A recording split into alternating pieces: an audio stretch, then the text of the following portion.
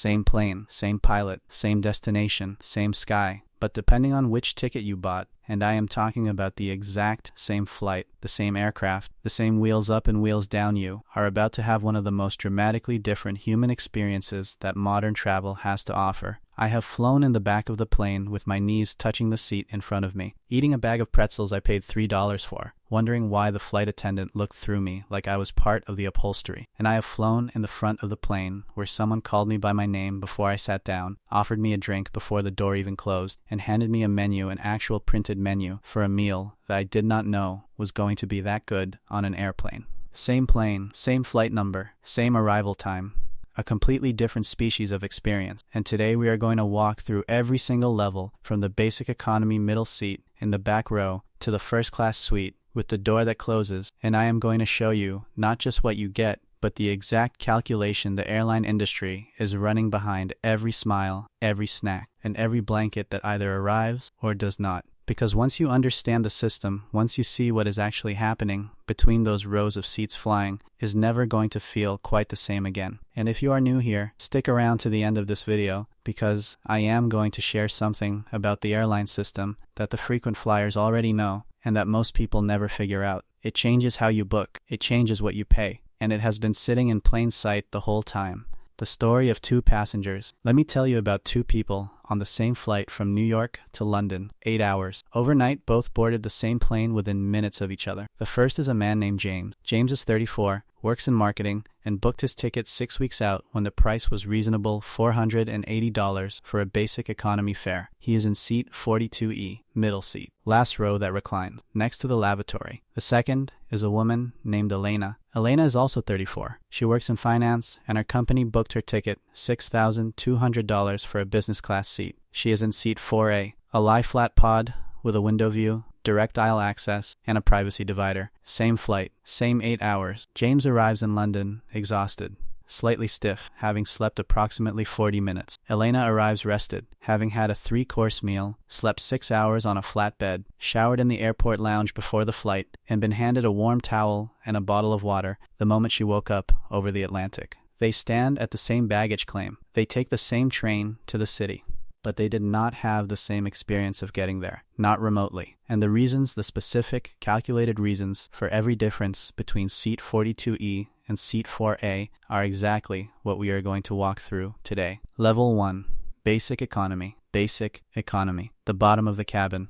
The fare class that airlines introduced specifically to compete with budget carrier, and specifically to make every other fare class look more attractive by comparison. At this level, you are not a passenger in the traditional sense. You are a unit of revenue in a seat that was going to fly empty anyway. The airline has calculated the minimum viable experience, the floor below, which passengers will complain loudly enough to cause problems, and they have built basic economy to sit exactly 1 inch above that floor. You get a seat. You get to exist on the plane. That is the product. You do not choose your seat, or you pay extra to do so. You board last, in the final group, after everyone else has already fought for overhead bin space, and you discover there is none left, and your bag goes in the hold at the gate. You cannot change your ticket without losing most of the fare. In some configurations, you cannot even bring a full-size carry-on without an additional fee. The flight attendant interaction at this level is transactional in the precise sense of the word. They are managing a cabin of 160 people with 2 or 3 crew members. The math of their attention means they have approximately 90 seconds per passenger for the entire flight. They are not ignoring you because they dislike you. They are managing an impossible ratio,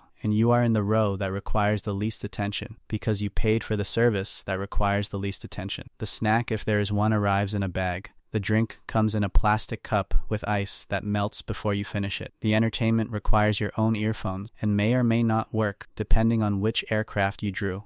The seat reclines approximately 4 inches, which is enough to irritate the person behind you and not enough to actually help you sleep. You are not a guest. You are cargo that can complain. Level 2. Standard economy. Standard economy. The tier where most of the world's flights actually happen, and the tier that the airline industry has spent 60 years optimizing for maximum revenue extraction at minimum service cost. Here, you get a seat assignment in advance. You get a full-size carry-on allowance. You board in the middle group, not first, not last, but solidly middle, which means some overhead space still exists if you are not delayed getting to the gate. The flight attendant interaction is marginally more personal. They make eye contact. They offer choices when there are choices. They say, "Enjoy your flight," with an inflection that suggests they mean it somewhere between 40 and 60% of the time. The seat is the same size as basic economy in most configuration. The legroom is identical. What you bought was the right to exist in this seat, with more flexibility, the ability to change your flight for a fee, the ability to earn miles, the ability to feel like you have slightly more dignity than the person in 42E. The meal situation on longer flights improves marginally. There is a tray. There is an actual entree option, chicken or pasta, presented in a foil container with a small salad that has been at altitude for 3 hours and a bread roll that was warm approximately 6 hours ago. The wine is free on international flights and costs $4 on domestic. The headphones are provided, though the quality suggests they were purchased at the lowest possible price point and have passed through approximately 400 previous passengers. You are a customer here, processed efficiently, treated adequately, forgotten the moment you deplane. Level 3. Premium Economy. Premium Economy. The tier that exists in the gap between what most people can afford and what most companies will pay for, and the tier that, if you fly long haul with any frequency and have never tried it, I want to tell you, is more worth the price difference than you might think. The seat is wider, not dramatically wider, 3 to 4 inches, but on a 9-hour overnight flight. 3 to 4 inches of extra width is the difference between sleeping and not sleeping. The recline is more substantial, not lie flat, but enough to rest your head without waking up with your forehead pressed against a tray table. At this level, the flight attendant ratio begins to change. Premium economy cabins tend to be smaller, between 20 and 40 seats, served by dedicated crew who are not simultaneously managing 120 people in the back. You are still a number, but a number with a slightly smaller denominator. The meal improves meaningfully. Real crockery on many carriers, a starter, an entree that was prepared with slightly more care, wine that was chosen rather than bulk purchased, a dessert.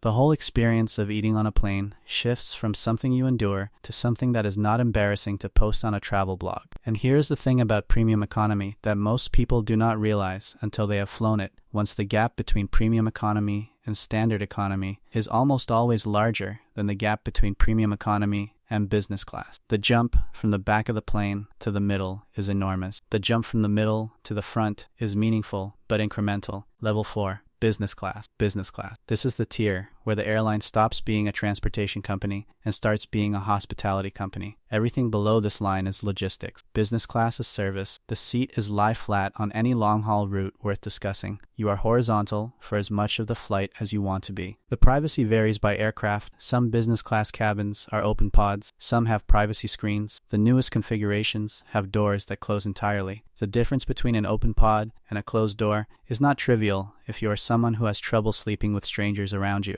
The boarding experience changes fundamentally. Business class boards first, not because the airline is rewarding you, but because getting business class passengers settled, drinks in hand, before the economy cabin boards is how you deliver the experience the fare requires. You are seated. A flight attendant is at your row. There is a drink in your hand before the seatbelt sign is on. You are addressed by name. The name is the thing. At business class and above, the crew knows your name before you board. Your seat assignment is in their briefing. If you have a dietary restriction or a preference noted in your frequent flyer profile, it has been communicated to the galley. The service is still not personal. In the deepest sense, you are one of 40 business class passengers, and the crew is managing all 40, but it is calibrated. It is aware of you as an individual rather than a seat number. The meal is genuinely good. Not good for an airplane good. Actually good.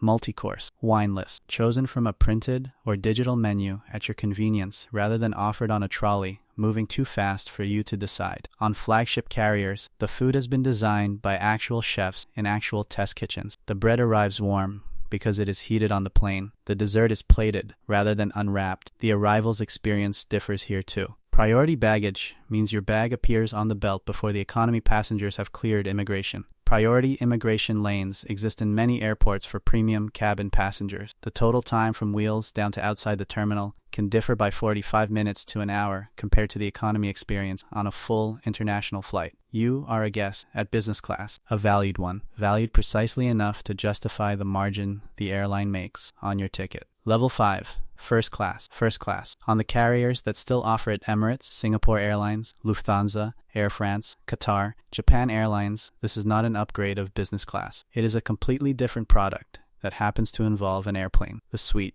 Let us start there. First class on Emirates A380, Singapore Suites, or the Lufthansa first class product is a private room at altitude, enclosed on 3 or 4 sides, a door that closes, space to stand up. In some configurations, a wardrobe for your jacket, a full flat bed, not a seat that becomes a bed, but a bed that is a bed with a mattress topper and a duvet and a pillow that was not folded and stored in a bag. The service at this level operates on a different model. In a first-class cabin of 8 to 14 passengers, you may have 3 to 4 dedicated crew.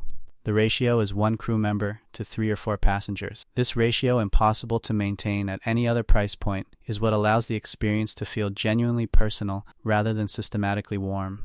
Your meal is not ordered from a menu. On the best first-class products, it is a conversation. What do you feel like eating? When would you like it? How would you like the lights? Would you prefer to eat and then sleep? Or sleep first and eat before landing? The galley accommodates rather than schedules. The lounge before the flight. This is the part that people forget to account for when comparing first-class prices. The Lufthansa first-class terminal in Frankfurt is not a lounge. It is a private terminal. You arrive by private car. You check in at a desk with 2 people for 1 passenger. You sit in a space that looks like a high-end boutique hotel. You eat in a restaurant. You shower if you want to. Your bags are transferred without you seeing them.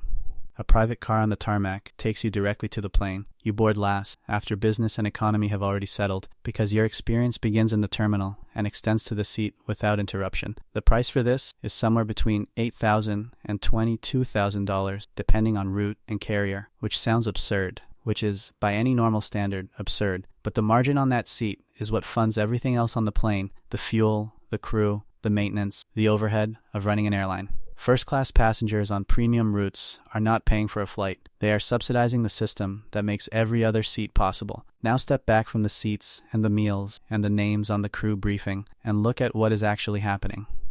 An airline is not a hospitality company. It is a yield management machine. Every seat on every flight is priced dynamically adjusted in real time based on demand, competition, time to departure, and passenger profile. The goal is to fill every seat at the maximum price each passenger will pay. Not a uniform price, a different price for every seat, a different price for every passenger, a different experience calibrated to justify that price. The basic economy passenger and the first-class passenger are not on the same product. They are on the same metal tube, sharing the same air, arriving at the same airport. But they purchased completely different things, and the airline has engineered every detail of both experiences to make the price difference feel not just justified, but inevitable.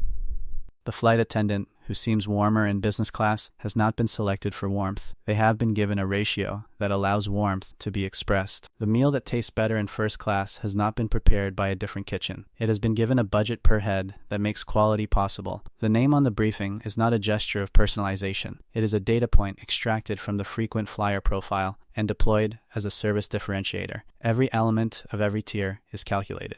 The warmth is real, but the warmth is budgeted. The service is genuine, but the service is engineered. Understanding this does not make business class less enjoyable. It makes you a more informed consumer of an industry that has been charging you based on what you do not know. Here is the part that actually matters, because understanding the system is only useful if you can use it. First upgrade mechanics are real and widely underused. Airlines oversell business class cabins and upgrade passengers from economy when the cabin is not full. The passengers who get upgraded are not random.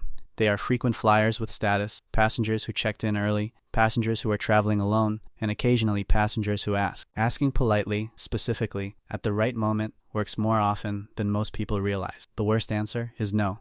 Second, the lounge is the hidden value. On many airline and credit card programs, lounge access is available for a fraction of the cost of a business class ticket. The lounge before a long-haul economy flight, a meal, a shower. A quiet space changes the flight experience more than any seat upgrade. Priority passes, airline credit cards, and status programs all offer lounge access at price points that are worth calculating.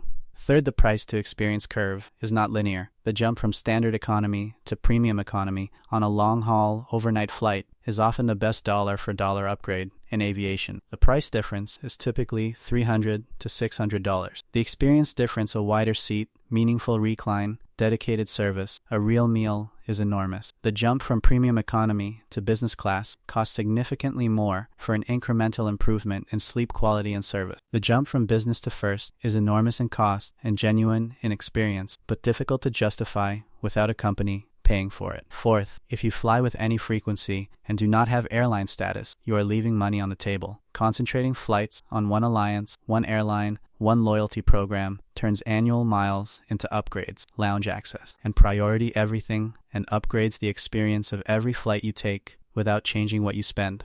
Here's the thing I promised at the beginning, the thing that frequent flyers already know. The best seats on most commercial aircraft are not first class. They are the premium economy and business class seats that airlines discount aggressively in the 72 hours before departure when the cabin is not full, because an empty business class seat earns nothing. A discounted business class seat earns something. Airlines would rather sell it to you for $900 than fly it empty at $6,000. If your schedule is flexible, if you can book short notice, checking fare alerts in the 48 to 72 hour window before departure produces business class fares that most people do not believe are real until they see them. It is not guaranteed, it is not always available, but it is real, and it happens more often than the airline would prefer you to know. This is exactly the kind of thing this channel exists to tell you, not the information that is in every travel blog. The calculation behind the information. The reason the system works the way it does, so you can stop being surprised by it and start using it. If you found this video genuinely useful, not just interesting, but actually useful in a way that changes something about how you book your next flight, subscribe. Not because the algorithm needs it, not because I am asking as a formality, but because the next video I am making is the one about how to get business class upgrades without status and without paying business class prices. And if this video resonated, that one is going to be worth your time. Subscribe, hit the bell, and I will see you in the next one. Because the front of the plane is closer than you think if you know how the system works.